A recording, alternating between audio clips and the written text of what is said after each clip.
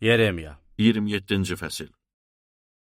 Yahudanın Babilə təslim edilməsi. Yahuda padşahı Yoşiya oğlu Sidqiyanın padşahlığının əvvəlində Rəbdən Yeremiyaya bu söz nazil oldu.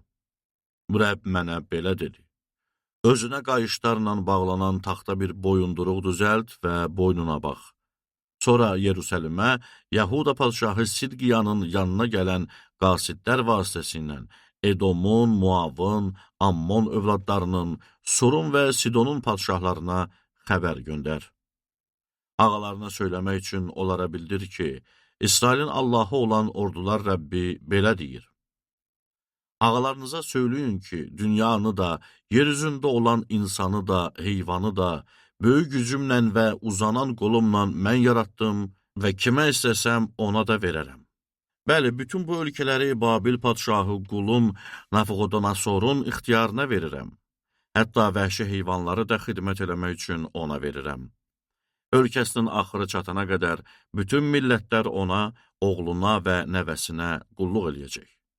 Sonra isə bir çox millətlər və böyük padşahlar onu özlərinə qul eləyəcək. Hansı millət və ölkə Babil padşahı Navuxodonosora qulluq eləməsə, onun boyunduruğuna girməsə, həmin milləti onun əli ilə qırıb çatana qədər qılınc, aclıq və vəbanla cəzalandıracağam. Rəbb bəyan edir. Sizsə öz peyğəmbərlərinizə, falçılarınıza, yuxu görənlərinizə, gələcəyi deyənlərinizə və cadugərlərinizə qulaq asmayın. Onlar sizə Babil padşahına qulluq eləməyəcəksiniz söylüyor. Onlar sizə yalandan peyğəmbərlik eləyir. Bunun nəticəsində öz ölkənizdən qovulacaqsınız.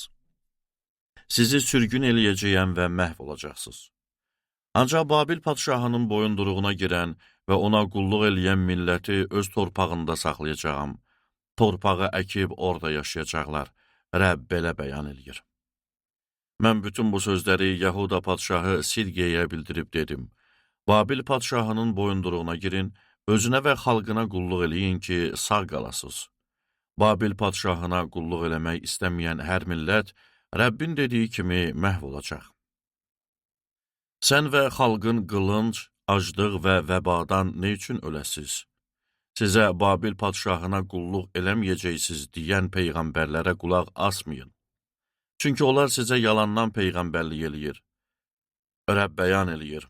Onları mən göndərmədim. Onlar mənim adımla yalandan peyğəmbərlik eləyir. Bunun nəticəsində mən sizi sürgün eləyəcəyəm. Siz də, sizə peyğəmbərlik eləyən peyğəmbərlər də həlak olacaqsınız. Mən kahinlərə və bütün bu xalqa söylədim. Rəbb belə deyir: Rəbbin məbədindən götürülən əşyalar tezliklə Babildən geri qaytarılacaq deyib, sizə peyğəmbərlik eləyən peyğəmbərlərinizin sözlərinə qulaq asmayın. Çünki sizə yalandan peyğəmbərlik eləyirlər. Onlara qulaq asmayın. Babil padşahına qulluq eləyin ki, sağ qalasınız. Bu şəhər niyə viran olsun? Əgər onlar peyğəmbərdirsə, Rəbbin sözünü söyləyirlərsə, qoy indi ordular Rəbbinə yalvarsınlar ki, Rəbbin məbədində, Yahuda padşahının sarayında və Yerusəlimdə qalan əşyalar Babilə aparılmasın.